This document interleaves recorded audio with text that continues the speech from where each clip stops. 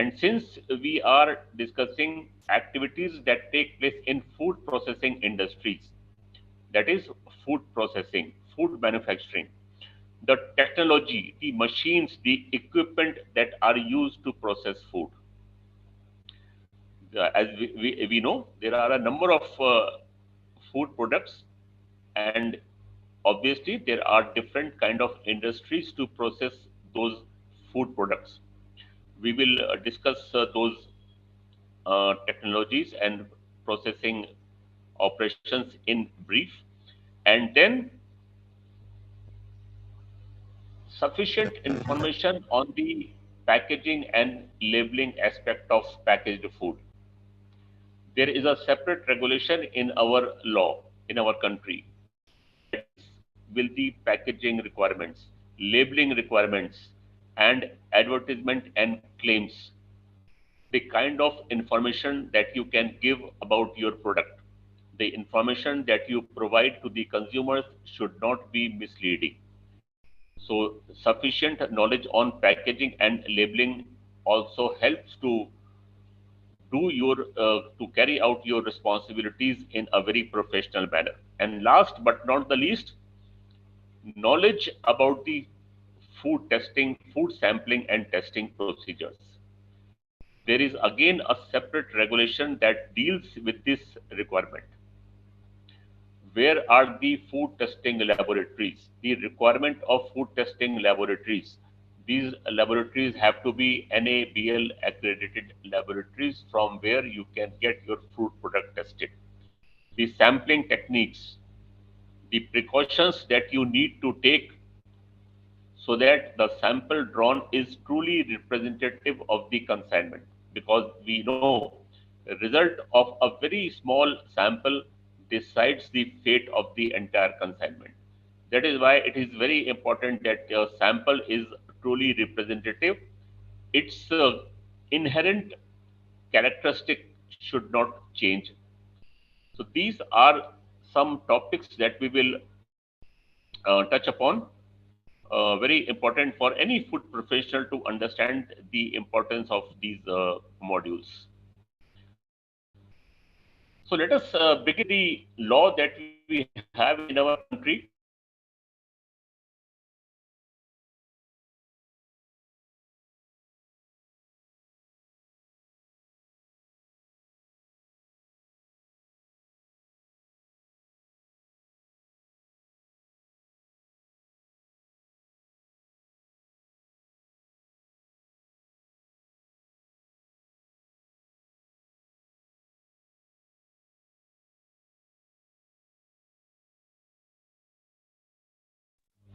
This law, after being passed by the Parliament in 2006, replaced all the earlier laws that existed in our country before 2006.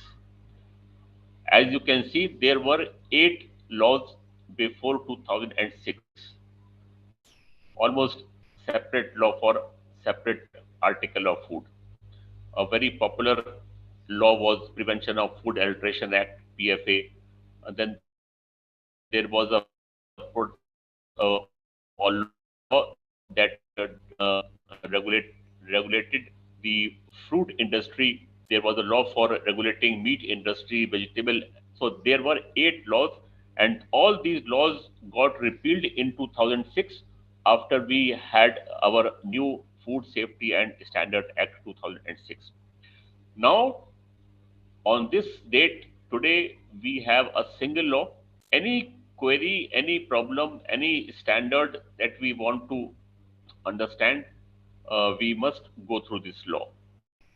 And subsequently, in order to ensure implementation of this law across the country, a regulatory body was formed in 2008. The name of the regulatory body, as we all know, is Food Safety and Standard Authority of India. This body was formed in 2008. There are many responsibilities that are being carried out by the regulatory body. First and the foremost, obviously, is to ensure compliance of this law across India. It is also responsible for protecting and promoting public health.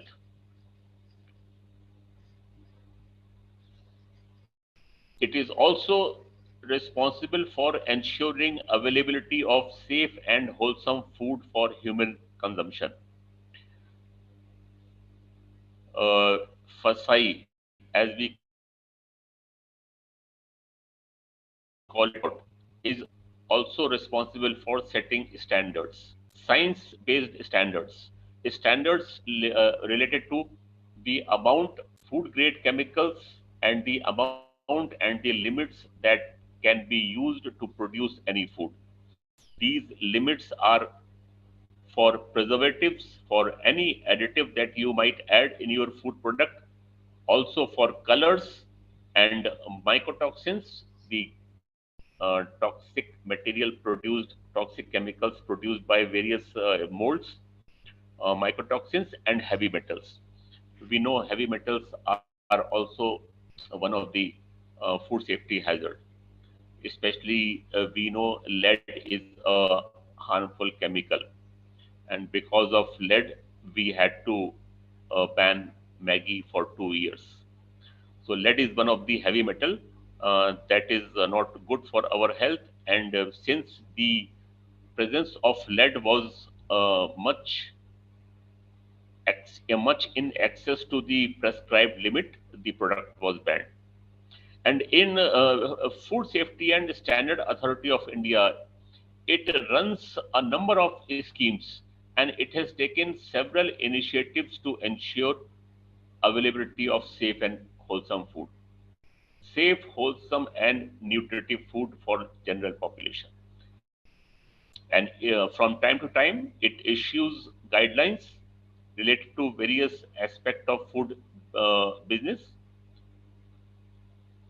substances that are considered harmful for food for human health, uh, and based on the data received from academic institutions, from research bodies, these substances are prohibited and restricted for use in food industry. Then a very important responsibility of Food Safety and Standard Authority of India is to train FBOs, food handlers, and any person to get sufficient knowledge can attend these training sessions. For this purpose, a separate training division was formed in 2015, and we all know it is Food Safety Training and Certification. We call it as FOSTEC. One of the guidelines issued by Food Safety and Standard Authority of India to licensed manufacturers is to employ at least one trained and certified food safety supervisor for every 25 food handlers. For this purpose, FOSTEC was created to hold training sessions on different aspects of food processing, different products, so that these industries can employ food safety trained and certified food safety supervisors in required numbers. FOSTEC is a training division, a sister concern of this regulatory body, Food Safety and Standard Authority of India. So these are some very important responsibilities of food of the regulatory body. Now we just discussed that there are several schemes, and FSI has taken several initiatives to ensure only safe and nutritive and wholesome food is available in the market for general population. For that purpose, some very popular schemes, I'm sure most of you have heard about these schemes. One of the many schemes, one of the many popular scheme is RUCO. Then another scheme goes by the name of Bhog. Then there is a program called Eat Right India. Then there is a scheme Aaj Se Thoda Kam, and then there is another scheme Save Food, Share Joy, and then fortification of foods. We all know what fortification is all about. These are some very important schemes. There are many others also, but we must understand a little bit about these schemes because they directly impact our health, safety of food, and human health. So, I would like one any of the participant to explain if they know what RUCO stands for, what how does this scheme work, and another scheme BHOG. Can anyone explain these two schemes? Any idea what they are?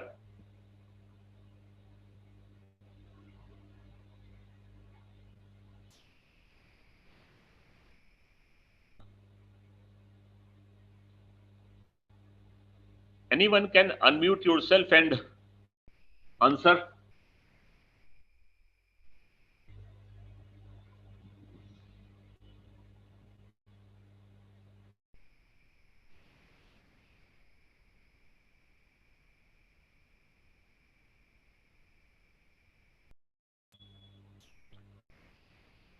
Is my screen visible?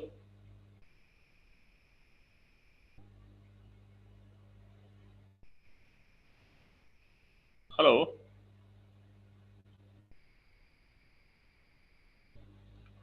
hello. Okay, so can anyone answer what is Bhog and what is Ruko? Any idea of how these scheme work?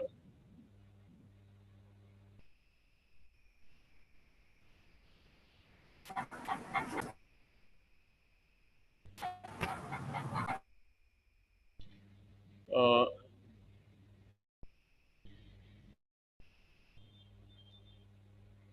Sir, hello,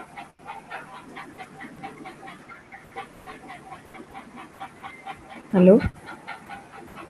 yeah, please, I can hear you. Hello,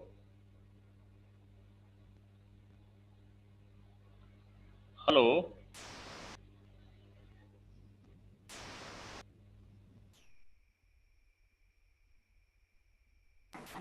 Yes, sir. So, Please RUCO answer. was basically Yeah, a conversion of. Hello, am I audible? yeah, you are audible. Hello, I can hear you. Please carry on. hello. Hello,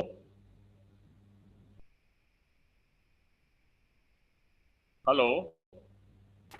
Sir, RUCO is like reuse of the used cooking oil, not for food purpose, but for making biodiesel or something. Uh, okay, fine. This is repurpose used cooking oil, Yes, sir. I right? told the answer. And RUCO the is for yeah, I like know. reuse of the used cooking oil.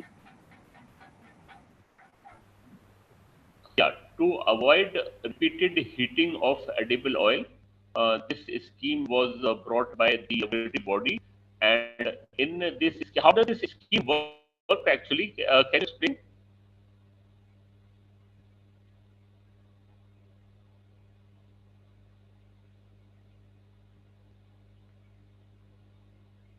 Hello.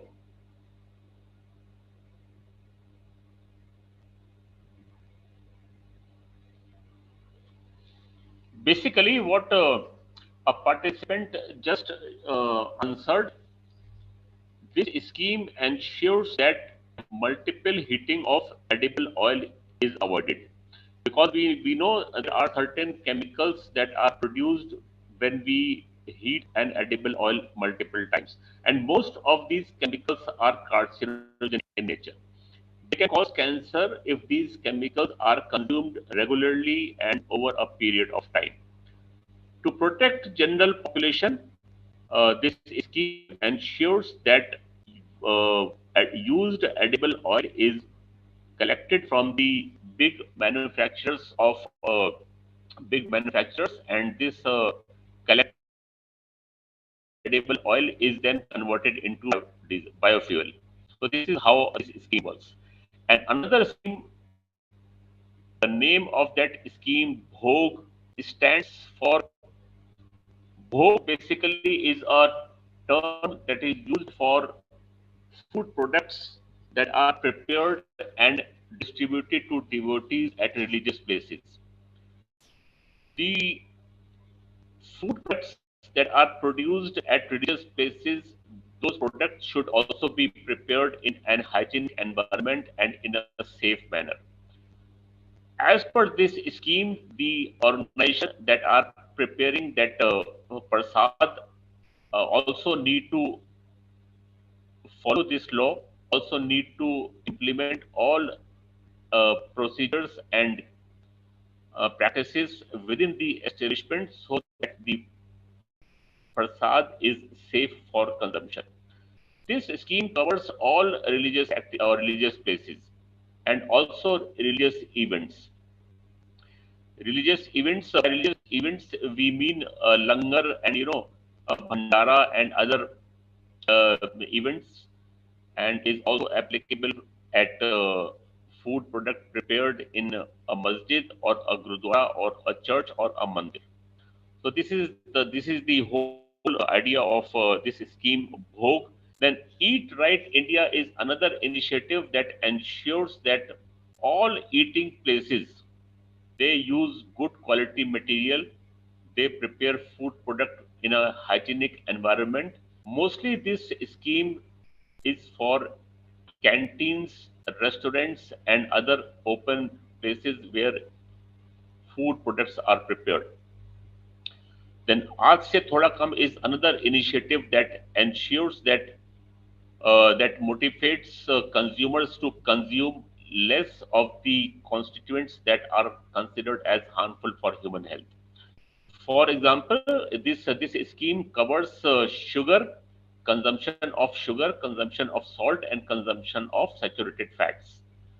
We all know these constituents are responsible for some very well-known lifestyle diseases. Saturated fats are directly implicated in heart-related problems. Sugar for diabetes, and salt in high blood pressure or hypertension type diseases. So this scheme encourages consumers to consume less of food product having saturated fats and also trans fats actually, sugar and salt content. Then Save Food, Share Joy is a scheme that reduces food that is designed to reduce food wastage. We know a lot of food products are wasted in our country. The food product that uh, the wasted food product, that food is collected and provided to the needy population at orphanages, old age homes, night shelters. Leftover food is provided in these places so that food can be prevented from wastage. And last is fortification of food. Fortification, we all know, is a very popular scheme. Uh, some nutrients are very essential for growth and for optimum growth and development of human body. And in our country, we know there is a huge population which cannot afford to eat nutritive food.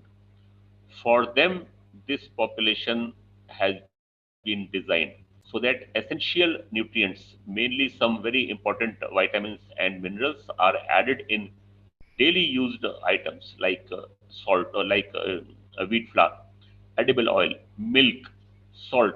We know iodine is added in salt so that iodine deficiency can be tackled. So this is what fortification is all about. This is also a very popular schemes. So continuing with the requirement of law, we must understand that there are separate regulations for different activities of food production. There are around 25 regulations in all. These regulations are available on the official website of the regulatory body. there are around 25 regulations. Each regulation caters to a specific activity of food production. For example, very first regulation deals with the registration and licensing requirement of food business. We know this is a mandatory requirement. We cannot carry out any business, food related business, without a registration or a license certificate from the regulatory body. Then there is a regulation that deals with the standards and limits of various chemicals. Chemicals that are used as additives, preservatives, colors, and ingredients. Then there is a separate regulation for prohibition and restriction on sales. If the regulatory body finds any product, any chemical, any substance harmful for human health, it imposes restriction and prohibits the sale of that product to protect human population. Then there is a regulation for labeling and display requirements. What type of information must be made available for the general consumer? This is all included in this regulation. Then, as discussed, a separate regulation for laboratory and sampling analysis. How sampling should be done? What are the precautions that need to be taken while drawing a sample so that a truly representative sample is drawn? Then there is a regulation for food recall procedure.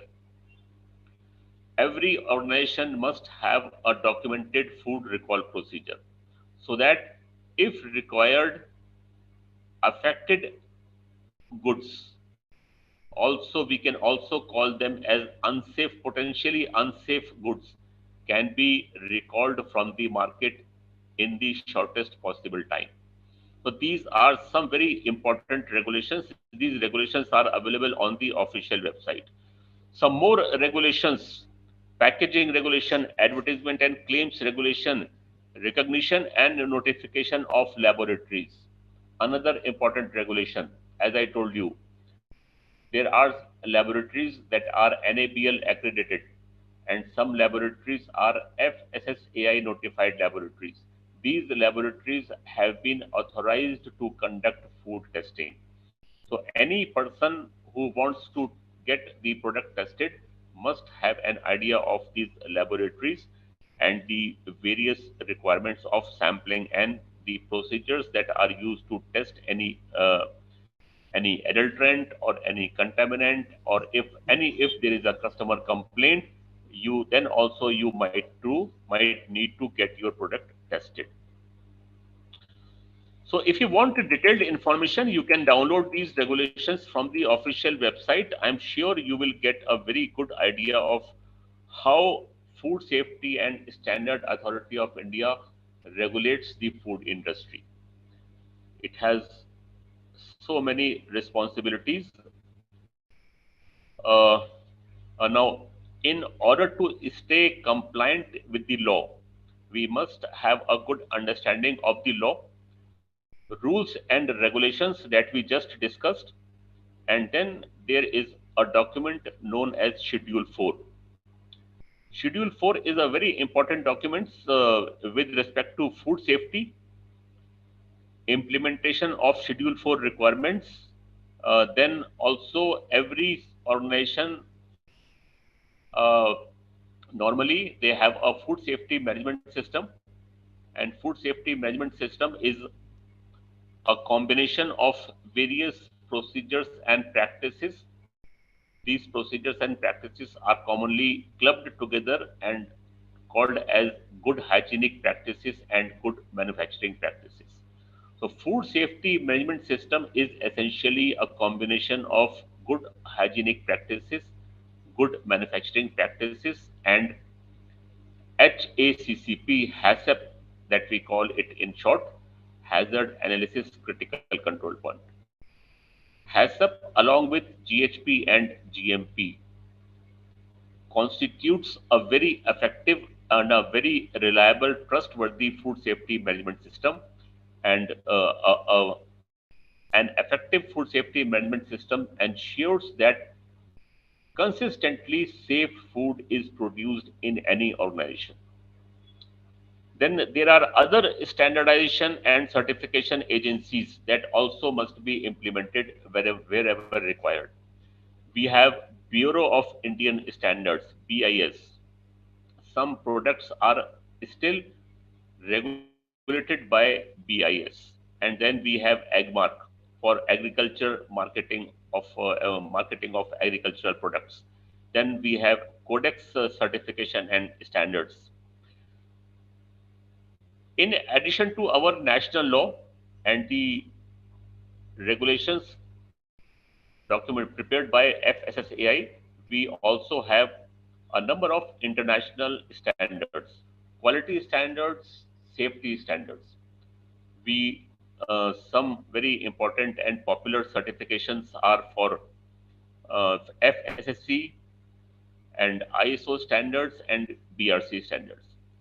Any organization that wishes to implement these standards and have their systems certified can go for these international certification systems. Mostly, these are helpful if you want to export your food products, and if maybe you have some customer insisting on these certifications. So these are all related to the information and knowledge related to our national law. Any food professional must have this much understanding. Schedule 4 is a very important document.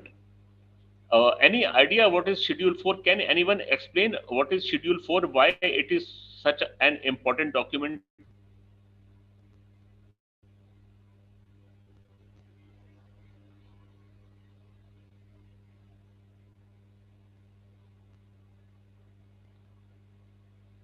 I am sure many of you must have gone through this document.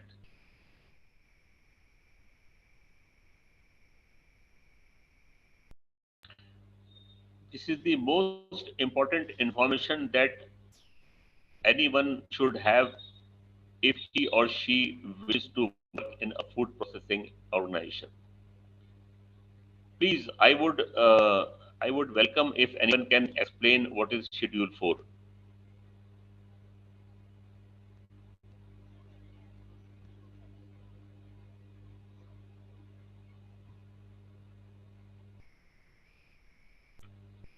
Just confirm, am I audible?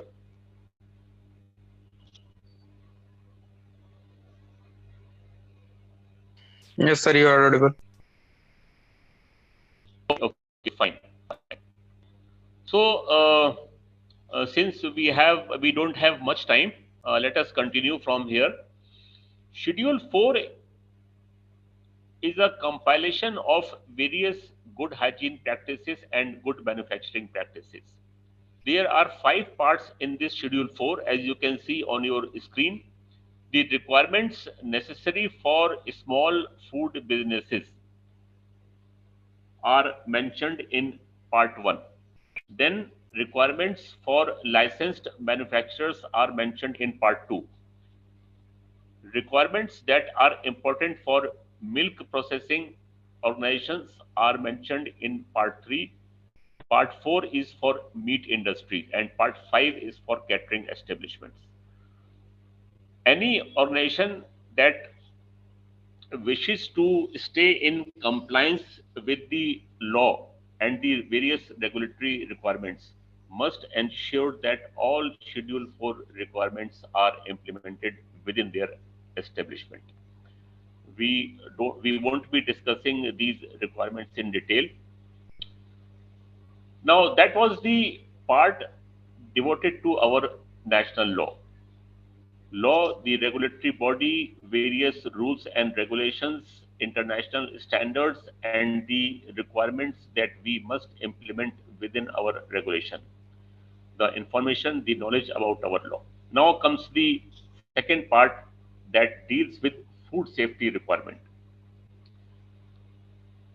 Any professional working in a food organization most likely will not be able to carry out his responsibilities without having sufficient knowledge about food safety requirements. What is food safety? What makes our food unsafe? What are the procedures and practices that are required to be implemented to ensure safe production of food, including Schedule 4 requirements? So these are all required for ensuring food safety.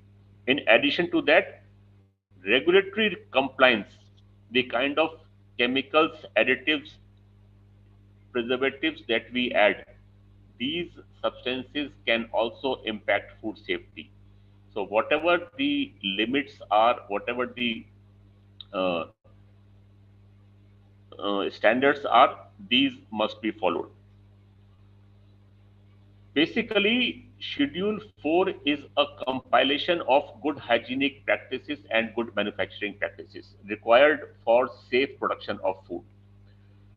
There are some very important GMPs that are common to most food organization. These you can note down the important GMPs. These are mentioned on your screen. First is the location, layout, and surrounding the condition outside your establishment. There should be no polluting environment outside your establishment. This GMP deals with the requirements of location and layout. Second, very important, cleaning and sanitation. Cleaning and sanitation of all equipments, machines, and premises, because it is also a source of contaminants that can make your food unsafe. So, cleaning and sanitation GMP, then very important, storage and stock rotation. We need to store food products, raw material as well as semi-processed or finished product for varying the duration of time. During this period, the product must be protected from contamination. So storage requirements are there. Stock rotation must be implemented. We all know what FIFO is: first in, first out, first expired, first out. These two principles ensure that we use only good quality material. We do not use expired material. Then personal hygiene is another very important GMP, because our body is also a source of food safety hazards, especially biological hazards. Our body is a storehouse of microorganisms. We can easily contaminate any food if we do not have good personal hygiene. So the requirements for employees and personnel working in a food industry are mentioned in this GMP. Then pest control program is another very important GMP. It ensures that the organization is free from insect or pest infestation, because insect and pest, they carry very high number of microorganism, disease causing microorganism on their body. So if there is a pest problem in your organization, invariably the product will get contaminated or spoiled. Preventing cross contamination, all steps must be taken to ensure that there is no cross contamination taking place within the environment, within the establishment or organization. A food product, a safe food product, processed food product can easily get recontaminated by a process known as cross contamination. So, cross contamination must also be controlled. Record keeping, equipment verification and calibration. Equipment and containers used in food production must be made from food grade material, must be of good and hygienic design so that they are easily cleaned and disinfected. And all instruments that are used for measurement of processing conditions must be under calibration. So this is a GMP. Then last, a documented procedure must be there to address customer complaints, including traceability procedure. I'm sure all of you know what traceability is. So these are some very important GMPs common to most food industries. And in addition to that, there are some other GMPs specific to a particular article of food. Those industries must implement those procedures also. As discussed, food safety management system is a combination of GHPs, GMPs, and HACCP, Hazard Analysis Critical Control Point. HACCP basically is a science-based program, a latest tool to ensure food safety. How does HACCP differ from other food safety practices, procedures? Can anyone explain how it is different from other practices and procedures, and why it is so much, why it is so popular by in food industries? Any idea? Any answer? Can anyone explain?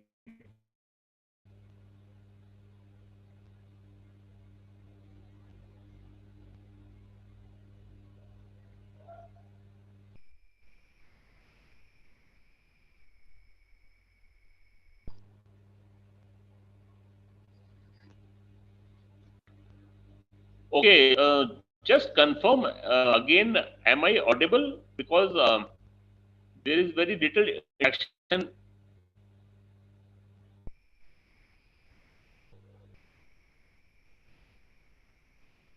Yes, sir, you are audible. Okay, so HACCP, as we were discussing about HACCP, HACCP is a latest tool to improve upon uh, food safety issues. The main difference between HACCP and other procedures, the traditional system that ensured food safety, earlier we were relying on end product testing, and that involved a lot of wastage and losses. As compared to that, HACCP is designed to identify and control hazards, potential hazards at the places where they are identified. So there is no reliance on end product testing because these identified hazards are controlled during the processing stage itself. So this is a very detailed program, and it needs a lot of time to discuss various procedures and steps involved in the implementation of this program in a food industry. Food safety is everyone's responsibility, and we also know that food safety is important from farm to fork. We often use this phrase whenever we are discussing food safety. From farm to fork means food safety must be ensured right from primary production to the consumption stage. There are a number of processing steps between primary production and consumption. As you can see, after harvest, primary harvest of primary production, maybe it is a raw material is a milk or a meat product from the slaughterhouse. All these are primary production stage. Then the product moves to a cold store, from there to manufacturer, and through packer, transporter, wholesaler, distributor, retail, food service, and then the last stage comes, which is consumption. During each stage, all food safety requirements must be implemented because food can get contaminated at any stage during harvest, between harvest and consumption. That is why it is known as farm to fork. This was the second module of our of this session, food safety requirements.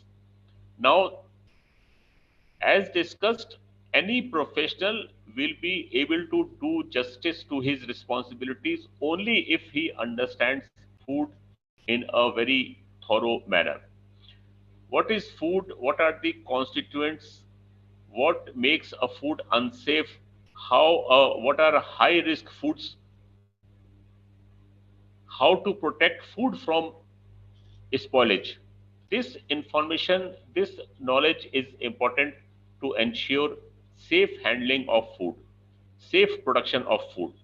Because we know some food products are called known as perishables. Perishables means food products that have very short shelf life. They spoil, they decompose very quickly. Some products have a short life as low as a couple of hours. Some perishables spoil in a couple of days. So these perishables need to be protected from spoilage, need to be protected from getting contaminated. So there are different methods to protect these food products. Those methods we will discuss. The technology and operations used to process these products and methods of food processing. In whatever method you employ, it must be in compliance to the food law and the regulations to ensure safety of a food product from farm to fork, and also it is also known as stable to table, from primary production stage to the consumption stage. In order to protect food products from spoilage, especially perishables, we need to preserve these raw material. There are a number of methods that are used for food preservation. Different type of food products, mostly perishables, include fruits and vegetables, milk products, dairy products, and confectionery products. Preservation is a technique which helps us to protect these products from getting from spoilage. Importance of food preservation or the benefits of food preservation. Why do we preserve food? What is the necessity to preserve food? There are a number of reasons for preserving food. First, of course, is to increase the shelf life of a product. A product which can spoil in a couple of days or a couple of hours can be preserved, and its shelf life can be increased by months and years. Retain its nutritional characteristics. Food spoilage leads to deterioration in the nutritional characteristics of any food product. That is why preservation is necessary to retain the nutritional characteristic of a product. It also reduces food spoilage after harvest, slaughter, or milking, because we must understand that the product begins to spoil, the quality begins to deteriorate immediately after the product has been harvested, or an animal has been slaughtered, or milk has been drawn out from the animal. That very moment, the product starts, the quality starts becoming bad, or the contamination begins to spoil the product. That is why all necessary precautions must be taken right from the production stage. Food preservation also helps to make available food product in seasons, in off seasons.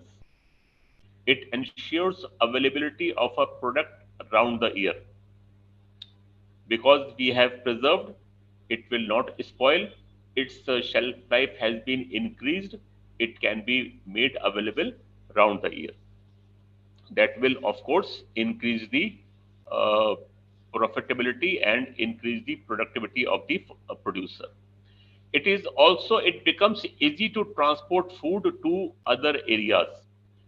Preserved food can be transported to areas where food is deficient. Nutritive food is deficient, food is scarce areas.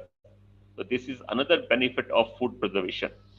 It also improves food security by increasing efficiency of food systems and from environment point of view ensuring environmental sustainability.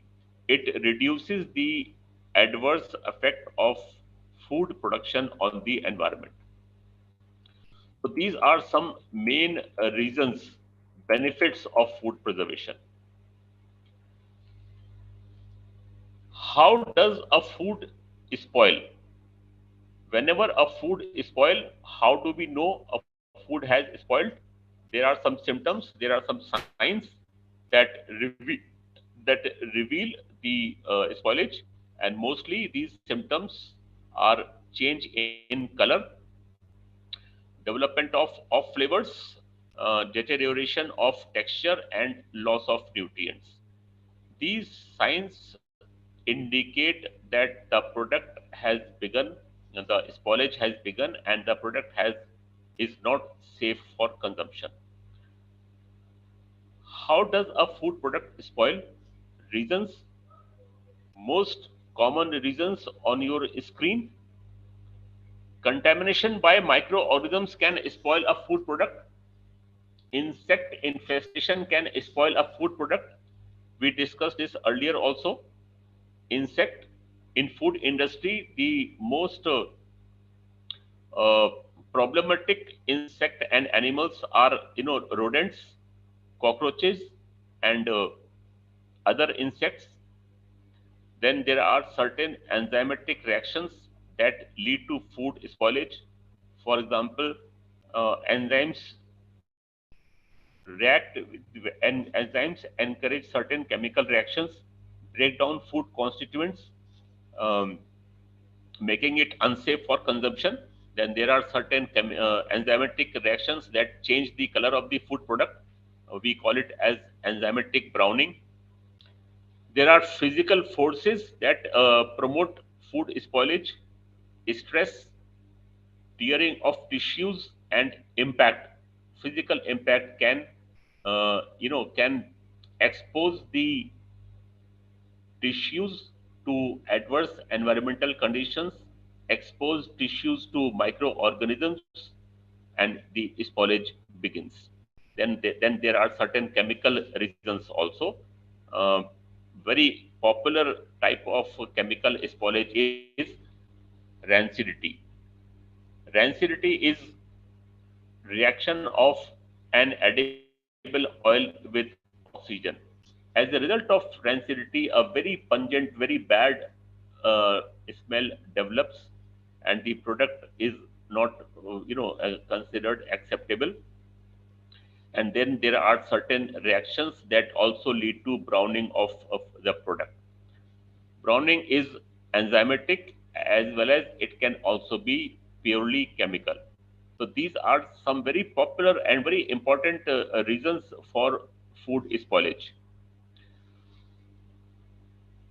To ensure that there is no spoilage, to ensure that the shelf life of the food is extended, we use a number of methods.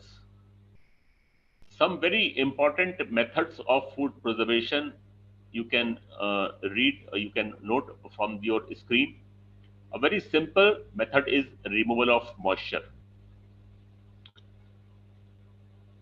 Moisture is very essential for the growth of microorganism. That is why food products that have high percentage of moisture provides a very suitable and friendly environment for microorganisms, and that is why the spoilage occurs very rapid in products that are high in moisture content. So if you remove moisture, conditions become adverse for microorganisms and the shelf life of the product can be extended. Use of high temperature to kill and destroy microorganisms responsible for food spoilage. Use of low temperature to inhibit microbial multiplication.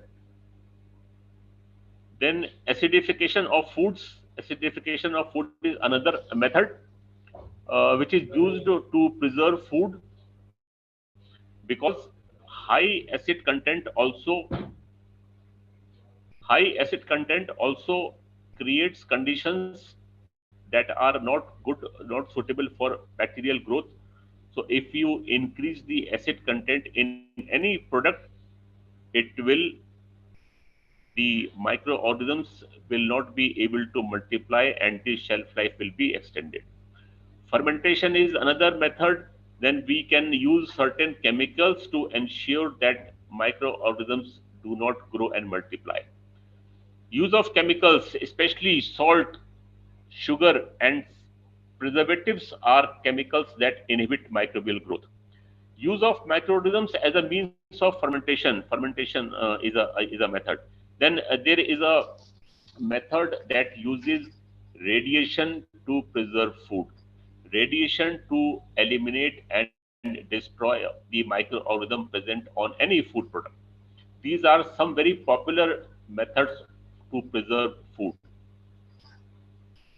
Food preservation is not a new procedure. Traditionally, we have been using various methods to preserve food. These are some traditional methods. Very simple method: boiling,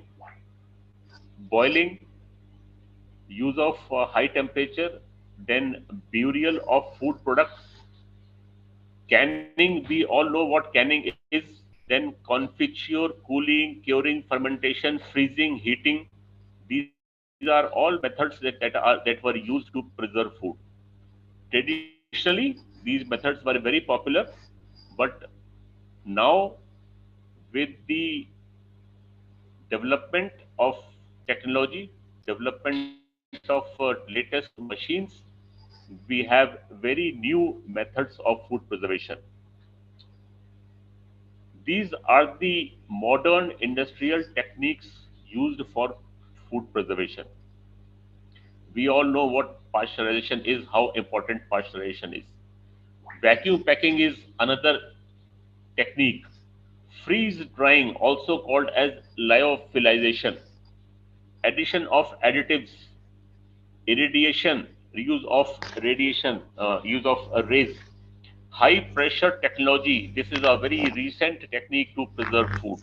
Use of pressure as high as 6,500 atmosphere, especially used for preservation of meat and juices. This method ensures that product is free from chemicals. Some very latest techniques use pulse electric field electroporation technique, biopreservation, use of bacteria, use of certain species. These species produce certain chemicals that inhibit growth of other species of spoilage microorganism. Then a hurdle technology, a term used to indicate usage of more than one process. It is a combination of conditions, combination of procedures that inhibit microbial growth and multiplication. Then there is a use of ozone. We know ozone is used for water purification, cold plasma technology, and use of plasma activated water. These are latest techniques, and slowly they are gaining importance, they are gaining acceptance because there are certain benefits associated with these techniques. So processing, whether traditional or modern, they help in extending the shelf life of a food product. Use of low temperature, very common, easy to understand. Refrigeration, keeping a food product under refrigerated conditions. Freezing of a product, freeze drying of product, and chilling of material. These processes involve use of low temperature. Then use of high temperature, very common. Cooking, as we call it, home cooking is also an example where high temperature is used. Pressure cooking, very common in used in canned foods. Pasteurization of milk and other liquid foods. It is also a process that uses high temperature. Blanching of fruits and vegetables also involves use of high temperature. Any idea what is blanching? कोई बता सकते हैं blanching क्या है? Blanching क्या होता है?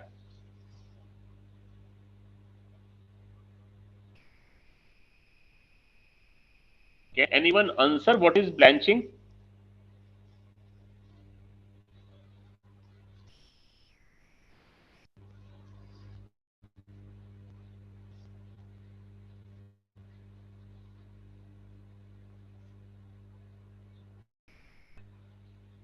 Blanching is basically heat treatment given to fresh fruits, fresh vegetables to inactivate initial microorganisms, to eliminate microorganisms, to deactivate enzymes that are responsible for food spoilage.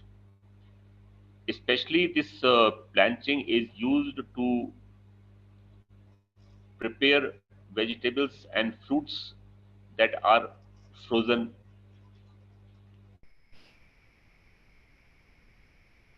Acidification of food is another method because adding acid means creating conditions unsuitable for bacterial growth and multiplication. So use of acids, vinegar, acetic acid, and ascorbic acid are commonly used for acidification of food products. It lowers the pH, increases the acid content, and makes conditions unsuitable for microbial growth and multiplication. There are some methods that involve more than one technique or technology. Removal of moisture involves drying. Drying can be carried out either in an open area using heat of the sun drying, then mechanical drying, spray drying process is very popular. Spray drying is used to produce milk powder, then roller drying and tray drying is another technique for removing moisture from the food product. Removing moisture means creating conditions where bacteria finds it very difficult to grow and multiply. Then use of chemicals. Any industry which is producing food, processing food uses these technologies. So these technologies are very important to understand how does a food processing industry work. How does machines ensure that food is processed so that it is free from contaminants, it is free from microorganisms, and the shelf life is extended. Then use of microorganisms as a means of fermentation. This is another method for food preservation. Uh, Baking involves use of dry heat, especially using an oven. Radiation, as we mentioned, ultraviolet light is very commonly used to for surface sterilization, and gamma rays to ensure the shelf life of the raw material is increased. All this is helped by the fact that packing technology has made tremendous developments. Advances in packing technology has played an important role in modern food preservation. One method that we discussed was hurdle technology, use of a number of techniques to ensure that uh, product remains free from microorganism. Combination of techniques, for example, brined shrimp, the shelf life of this product can be increased to 9 weeks by the use of a number of procedures. Cold storage, use of low temperature, coupled with lowering of pH by addition of food acids that also creates adverse environment for microorganism. Then use of chemicals or salt, especially salt and preservative. These three processes combine to create conditions where there is no microorganism survival and hence the shelf life of the product is increased. We were discussing about advances in packaging technology. Advances means these days packing material, packing technology also ensures that product remains safe. There are some packages that are considered as active. Active packaging in the sense that they indicate the beginning of the food spoilage by change in color. And then there are modified atmospheric packages. We use this packaging to pack products which are sensitive to oxygen by ensuring that atmosphere is modified. Modified atmosphere means decreasing oxygen content and increasing carbon dioxide content, which becomes which becomes unfriendly for microorganisms. Then another technique is to use mixture of carbon dioxide and nitrogen. And vacuum packaging ensures that all the gases are removed completely from the package. Smart packages, as they are called, involves use of color-coded gel-like smart tags that change color when spoilage occurs.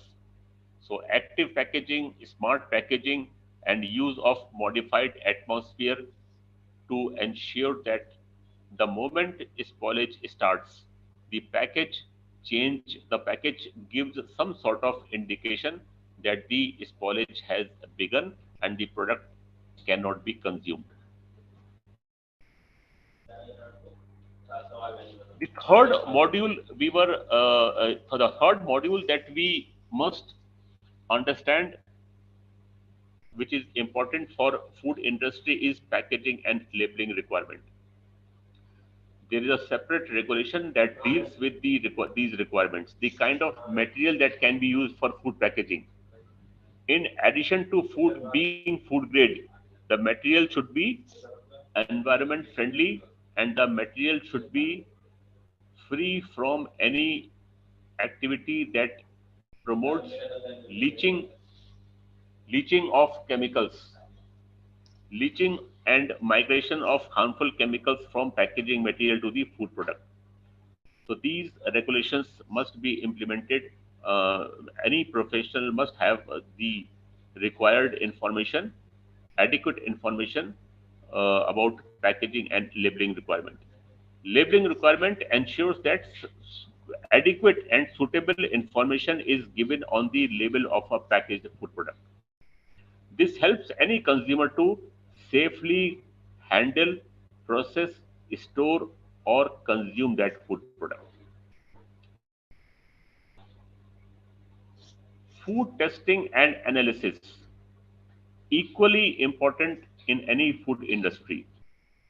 Information related to laboratories, we have discussed this earlier also. Laboratories, NABL accredited laboratories and FSSAI notified laboratories, and compliance to the regulatory requirements.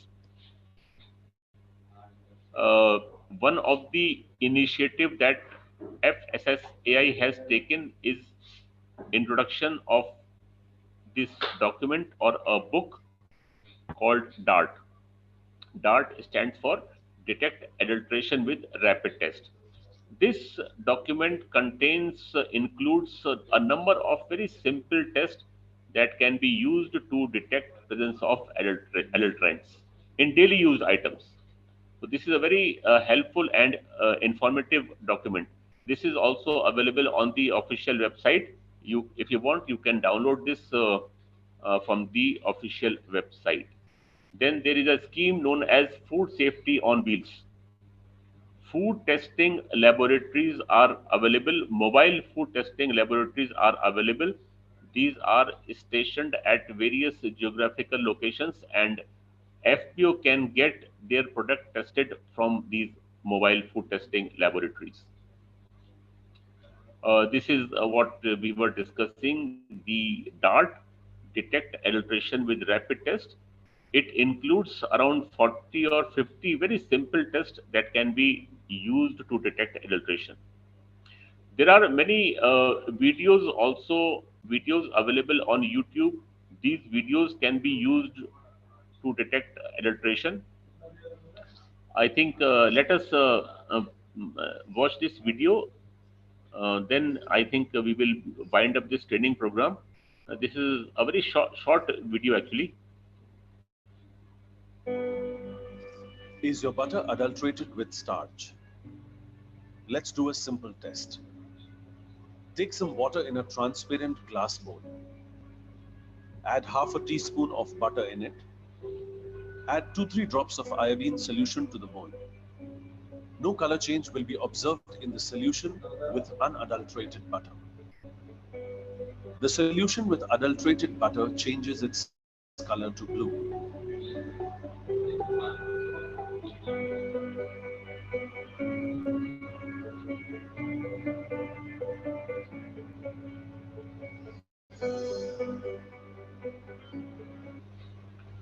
So this is one of the many videos available on the YouTube. You can watch these videos. You can use these videos to detect appearance of adulterants in daily used raw material.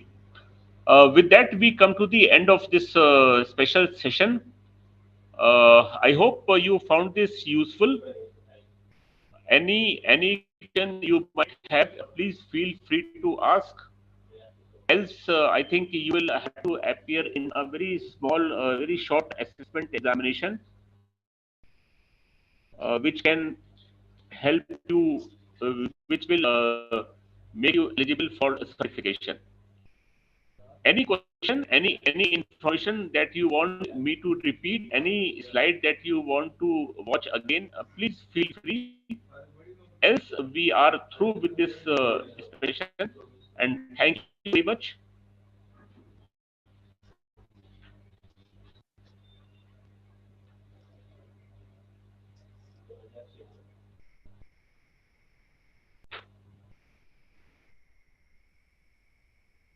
The recording has stopped.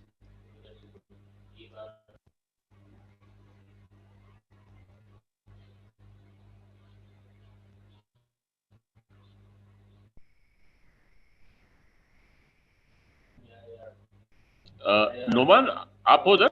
Are you there?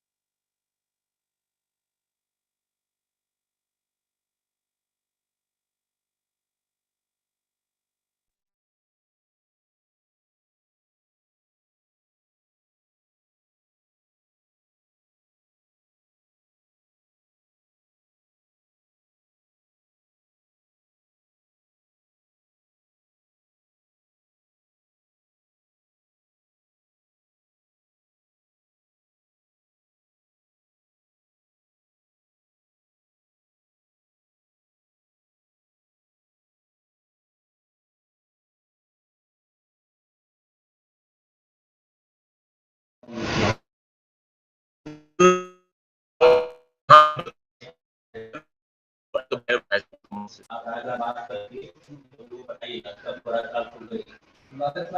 अच्छा अच्छा ठीक ठीक ठीक ठीक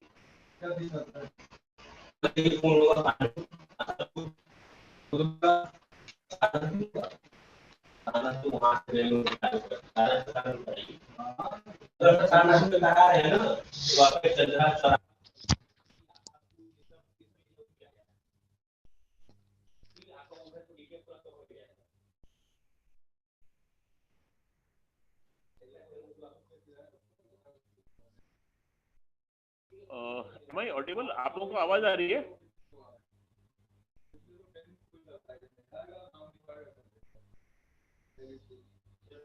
hello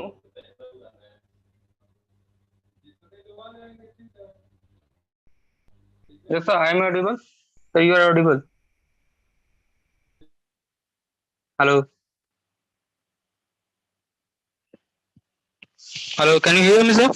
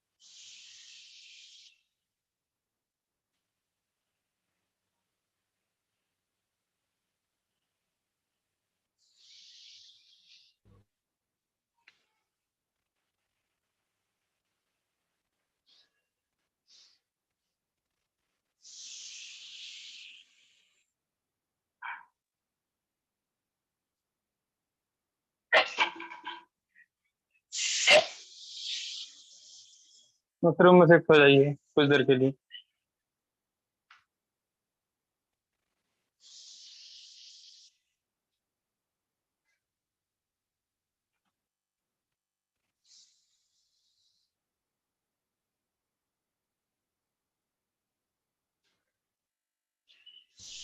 हाँ जी.